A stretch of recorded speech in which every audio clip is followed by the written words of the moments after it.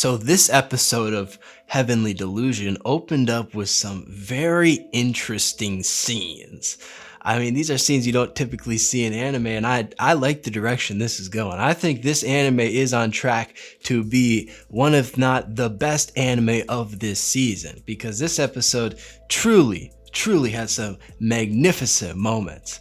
But before we get into that, if you do enjoy the video, make sure to leave a like and subscribe for similar content in the future. Let's get straight into this. So this episode of Heavenly Delusion opens up with our perspective back into Tokyo. This seemingly female in this school, in this prison, with a bunch of other teenagers, and one of the first things we see straight off the bat in this episode is just two other students just making out, right? They're just full on just making out. I mean, this was absolutely a sight to behold. It was definitely a unique approach to the start of an episode. I mean, it honestly surprised me, to be honest. I thought we were going to go back into some story-driven stuff. No, we just got people just making out, full-on lips contact, making out under a tree like this is a high school romance or something. Full-on contact, no trouble whatsoever, exchanging saliva.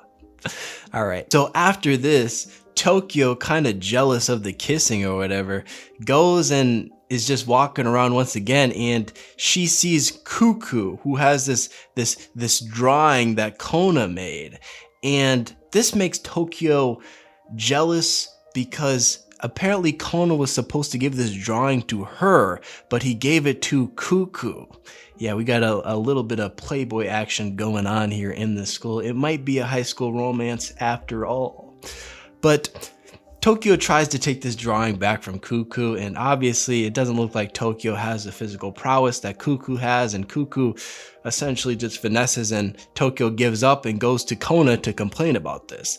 Now, when Tokyo goes to Kona, something I noticed is that this girl just straight up throws the Mimi Hime just straight off the bench like nothing. Like, get out. What did Mimi Hime do? I mean, friendly fire. Seriously. And let's not even take note of the fact that this guy Kona, he got broads for days. This guy got Cuckoo, he got Tokyo, and he got Mimi Hime.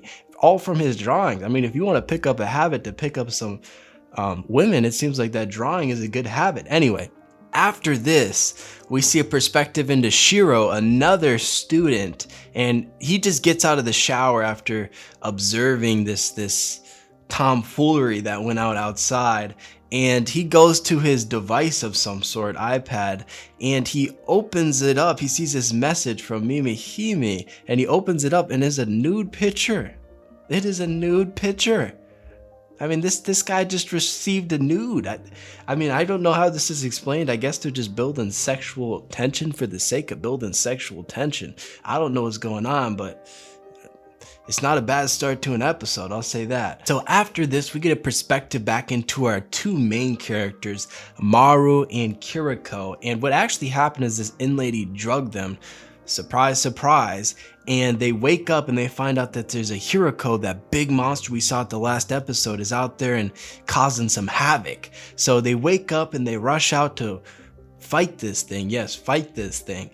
And as they do that, we see scenes of this monster, and it's made out to be this horrifying thing, which it definitely seemed to be. It looked like a turkey or an ostrich. It had these weird glowing symbols on its face that made it look like ancient in a way and powerful. But they're fighting this thing, and they have scenes where they're fighting. We see how terrifying this thing is. It has like a whip that it uses to slice things, and it's like very dangerous, and it's very fast. And as all this is happening, the in-lady is actually trying to stop them from fighting it.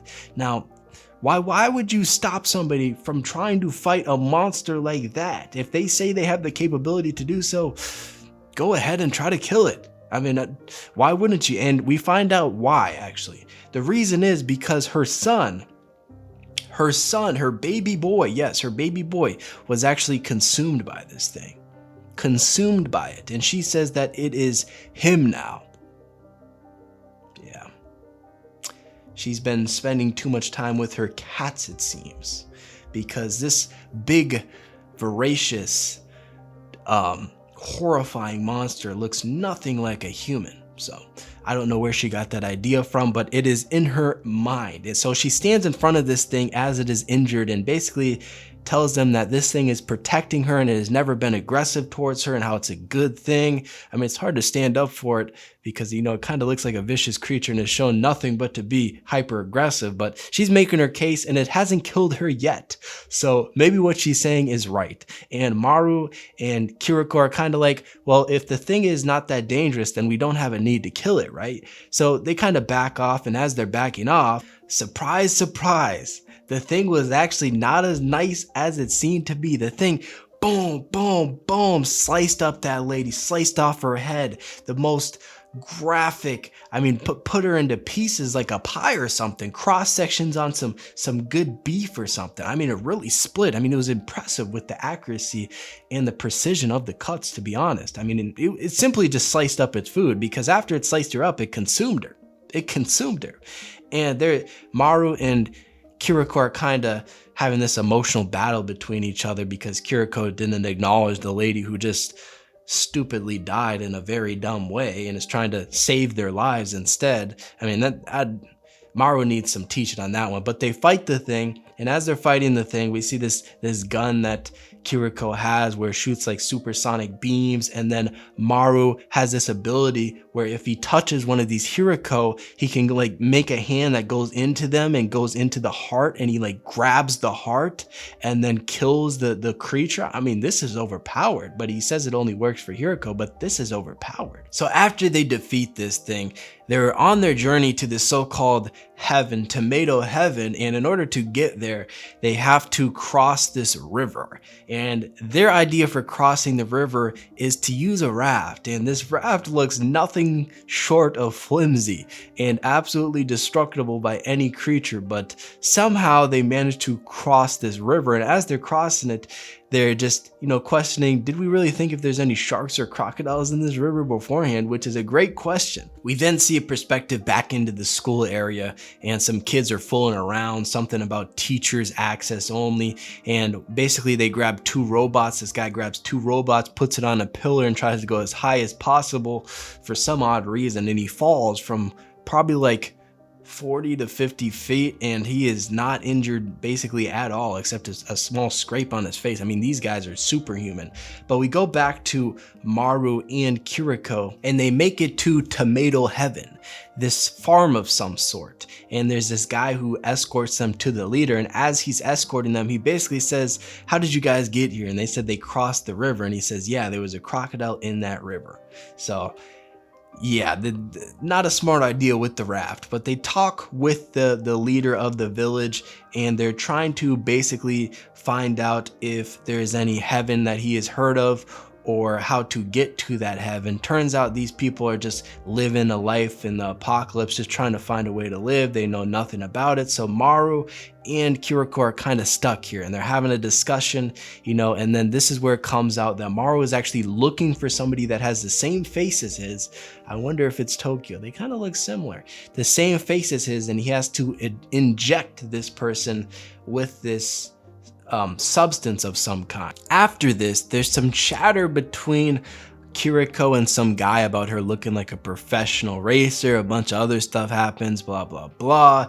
But they eventually decide that they need to go back to Tokyo. And fortunately for them, this farmland, this community of people has a ship that goes between Tokyo and the area that they're currently in to deliver supplies, and they board this ship. And as they're going back on the ship to Tokyo, Maru and Kiriko are alone, and Maru actually confesses to Kiriko. He tells her that he loves her and that he wants to spend the rest of his life with her. Now, this is very unexpected. I mean, this guy is down bad. This guy is down bad. He has not got many opportunities to relieve himself, it appears, and he had lost control. I mean, the amount of desperation he had is crazy here. I mean, the level it's all the way up here. This guy is exponentially down bad, because right after he confesses, he bewilders her and he goes straight in for the kiss. The guy just straight up holds her and trying to kiss her. Just, I mean, no hesitation. I mean, Jesus Christ, he didn't even wait for an answer. The man went straight for it. He's been deprived. This brother needs a drink right now. He is out of hydration. He's dehydrated, right? Gandhi levels of dehydration. He has been on a journey to find himself, So he does this, and then after he does this, Kiriko rejects him, obviously, because, it's kind of sudden, and if you ain't really planted the seeds before, it's going to be hard to accomplish something like that. But she rejects him, and then she says something just as crazy. I mean, if you thought that Maru being down bad was crazy, Kiriko comes out and says that she is a transformer, that she is a male in a female body. Yes, she is an updated specimen. I mean, she is up to date with 2023 social issues, that is for sure. This is something that's not uncommon nowadays, and it seems like that Maru might have got duped here, because he seems confuzzled. He's having regrets all across the board. He's reevaluating his life. He's thinking about his future. But yeah, this causes a bunch of chaos, and then the episode ends as they are on this ship. I wonder what is going to happen next. Are the next episodes of Heavenly Delusion going to be as exciting as this one? We will find out, but I just have to say, this series is living up to more than I thought it would be, right? This series has truly impressed me so far with just the first 2 episodes. The animation is up there. The story is pretty good so far. This idea of cutting between 2 perspectives of Tokyo and Maru and Kiriko, and it's something that's honestly impressive. And I'm honestly excited too, because they moved this series onto Hulu. All right, it used to be on Disney Plus. I don't even think it was available in the United States, but now it is available on Hulu if you search the Japanese name. So yes, I'm excited to see future episodes. Are you excited? Let me know in the comments below. And if you enjoyed the video, make sure to leave a like and subscribe for similar content in the future. I will see you in the next video.